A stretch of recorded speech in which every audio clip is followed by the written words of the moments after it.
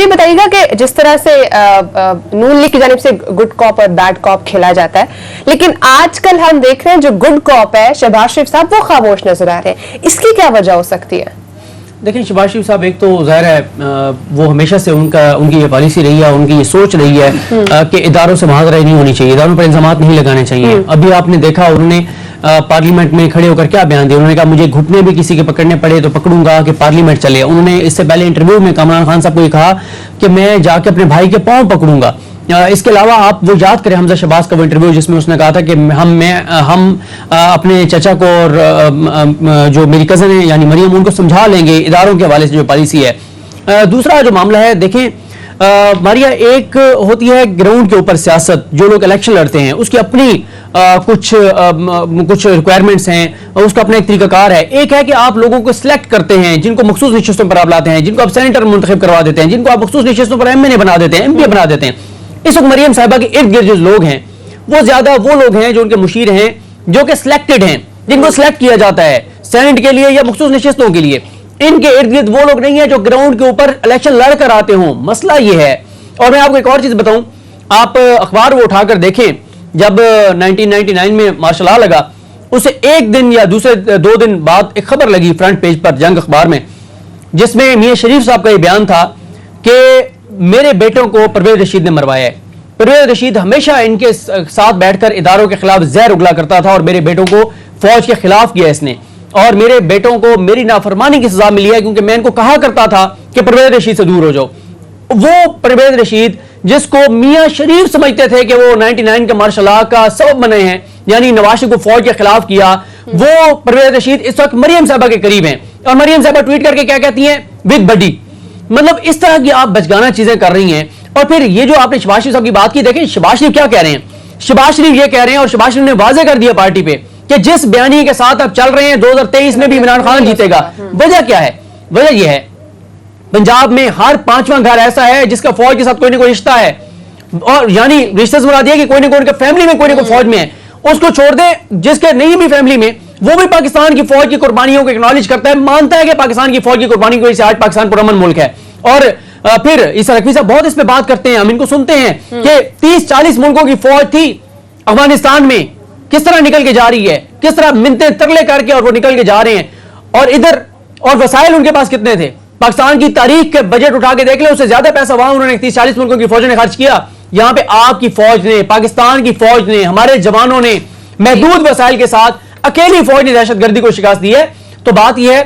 جس بیانی کے ساتھ یہ چل رہے ہیں 2023 میں نون لیگ کا ٹکٹ کوئی نہیں لے گا، اور اگر کوئی لے گا تو وہ کمپین نہیں کر سکے گا جو اس وقت بیانی نون لیگ ہے۔ بریک کا ٹائم ہے لیکن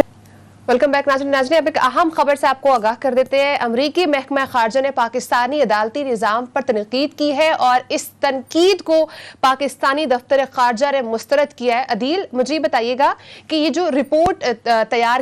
کی گئی ہے، ایک تو یہ کس طرح تیار کی جاتی ہے، اینڈ سیکنڈلی یہ کس بیس پر ججمنٹ دی جاتی ہے؟ دیکھیں یہ تو ہم عیسیٰ نقوی صاحب سے پوچھیں گے کہ تیار کیسے ہوتی ہے، لیکن یہ میں آپ کو بتاؤں کہ جس طرح ہم پہلے چنک میں بات کر رہے تھے نا کہ کس طرح پاکستان کے اداروں سے متعلق ہمارے اپنے ہی لوگ بیٹھ کے جب بات کرتے ہیں اور اہم پوزیشنز پہ بیٹھ کے بات کرتے ہیں اور دنیا میں اس کا کیا میسج آتا ہے۔ اب یہ ہو کیا رہا ہے، اب اس نے یہ جو انویسٹمنٹ کلائمیٹ سٹیٹمنٹ ہے، یعنی دنیا بھر میں کس ملک میں سرمایہ کاری کے کیسے مواقع ہیں، اس میں ایک عدالتوں کا چیپٹر بھی ہے۔ تو اس میں امریکہ نے پاکستان سے متعلق کہا ہے کہ جی یہاں کی جی جوڈیشری یہ وہاں کی گورنمنٹ سے انفلوئنس ہے، یہاں کی جوڈیشری میں یہ مسئلہ ہے، اس کے کچھ سٹیک ہولڈرز ہیں ان سے انفلوئنس ہے۔ اب یہ ہو کیا رہا ہے، یہ وہی کچھ ہو رہا ہے جو ہم پہلے بات کر رہے تھے کہ جب آپ کا ایک 3 مرتبہ کا پرائم منسٹر پاکستان کی عدالتوں کے بارے میں بات کرے گا، پاکستان کے اداروں کے بارے میں بات کرے گا، تو یہ بیٹھے پھر ان سے پرسیو کرتے ہیں اور پھر اس طرح کی رپورٹ جاری کرتے ہیں۔ اور اب اس رپورٹ کو دفتر خارجہ نے مسترد کر دیا ہے، یعنی اس رپورٹ کے ان کانٹینٹس کو، اور انہوں نے کہا ہے کہ پاکستان کی جو عدالتیں ہیں وہ جو آئینی دائرہ کار ہے اس کے اندر رہتے ہوئے آزادانہ طریقے سے کام کر رہی ہیں۔ اور میں آپ کو یہ بتاؤں، آپ کے پروگرام میں ہم یہ اکثر ڈسکس کرتے ہیں کہ پاکستان کی عدالتیں کتنی آزاد ہیں۔ پاکستان میں آپ یہ دیکھیں کہ یعنی اس کی یہ بات کہ Pakistani judiciary is influenced by the government ادھر ہی رد ہو جاتی ہے کہ ابھی ریسنٹلی گورنمنٹ ایک کیس آ رہی ہے यानी एक केस हारी है, रियासत पाकिस्तान का केस, सदर मुमलिकत का रेफरेंस मुस्तरद हो गया, तो यानी ये तो रद्द हो गई इनकी बात। तो इसका मतलब ये है कि ये रिपोर्ट्स जो हैं ये घड़ी जाती हैं, लेकिन ये परसेप्शन बनाने वाले हमारे अपने लोग जब अपने मकासद के लिए इदारों पे हमला करते हैं तो फिर अमेरिका जैसे ममालिक इस तरह की रिपोर्ट जारी करते हैं। नकवी साहब से भी मैं ये पूछूंगा, नकवी साहब ये बताएं हमारे नाजरीन को कि ये रिपोर्ट्स यहां पर बैठे अताशी तैयार कैसे करते हैं, ये कितनी ऑब्जेक्टिव होती हैं? अच्छा आदिल बड़ाई साहब, इन रिपोर्ट्स को जो है ना वो बहुत ज़्यादा संजीदा नहीं लेना चाहिए। ये दुनिया पर अपनी हुक्मरानी कायम रखने के, इसको दवाम बख्शने के, इसको तवालत देने के अमरीकी चौंचले हैं।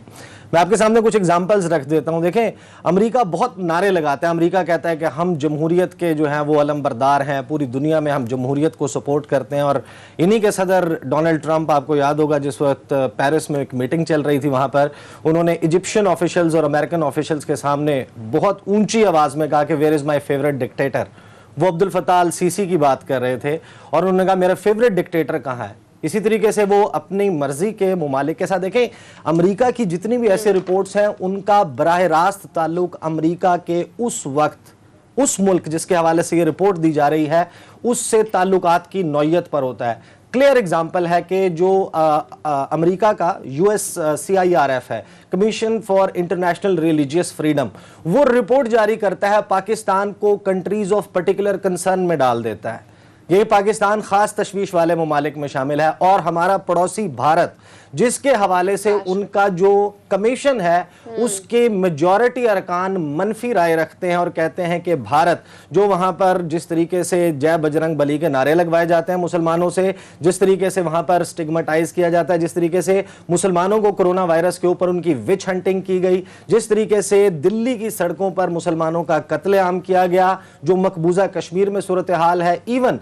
जो दीगर वहां पर अकलियतें हैं उनकी सूरत हाल, और उसको वहां पर वो खास तशवीश वाले ममालिक के फहरिस्त में नहीं डालते। इनको ज्यादा सीरियस नहीं लेना चाहिए, लेकिन कहीं ना कहीं इनका इम्पैक्ट तो होता नहीं। सीरियस से मुराद ये कि जब हम अपनी यानी कि एक रिपोर्ट देखकर परेशान बहैसियत पाकिस्तानी, जाहिर है कि एक हमें परेशान होना बनता है कि अच्छा हम इतने बुरे हैं, क्योंकि अमेरिका ने कह दिया तो लोग मान भी लेते हैं कि इतने बुरे हैं। देखें यही अमेरिका है ना, इनका है countering American adversaries through sanctions act, काटसा का ये इनका एक कानून है जिसके तहत रूस के साथ दिफाई तजारत करने वाले ममालिक पे अमेरिका पाबंदियां लगाता है। अब S-400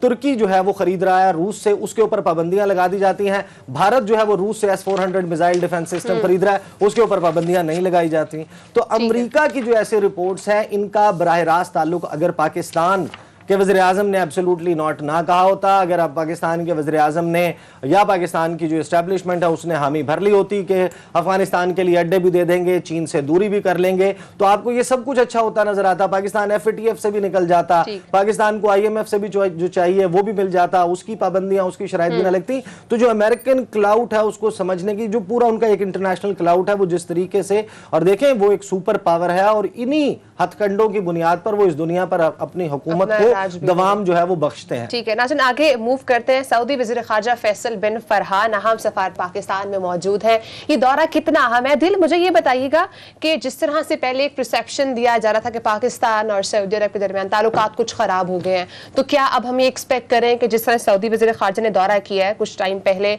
वज़ीर आज़म इमरान खान साहब भी गए हैं और उसके बाद ये फॉलो अप के तौर पर दौरा हो रहा है, तो क्या अब हमें एक्सपेक्ट करें कि कोई आइस ब्रेकिंग होगी? देखें ये दौरा जो है ये आने वाले दिनों में होने वाली डेवलपमेंट्स के तनाजुर में बहुत ही अहम है। और ये जो एक सर्द महरी देखी गई थी और उसके बाद वो बर्फ़ पिघली और फिर प्राइम मिनिस्टर इमरान खान जो हैं उन्होंने मई 2021 में दौरा किया। जो सऊदी जो मोहम्मद बिन सलमान हैं वली अहद जो हैं उन्होंने रिसीव किया और उसके बाद मुआहिदा हुआ दो मुल्कों के दरमियान। उस मुआहिदे में पाक सऊदी सुप्रीम कोऑर्डिनेशन काउंसिल के कयाम के हवाले से एक मुआहिदा हुआ और अब उस मुआहिदे की इंप्लीमेंटेशन शुरू हो चुकी है। और ये जो पाक सऊदी सुप्रीम कोऑर्डिनेशन काउंसिल है ये सिर्फ दो मुल्कों के दरमियान यानी पाकिस्तान और सऊदी अरब के दरमियान ताउन को फरोग देने के हवाले से बहुत ही आम काउंसिल है और शायद पहली मरतबा बनी है। तो अभी कुछ देर पहले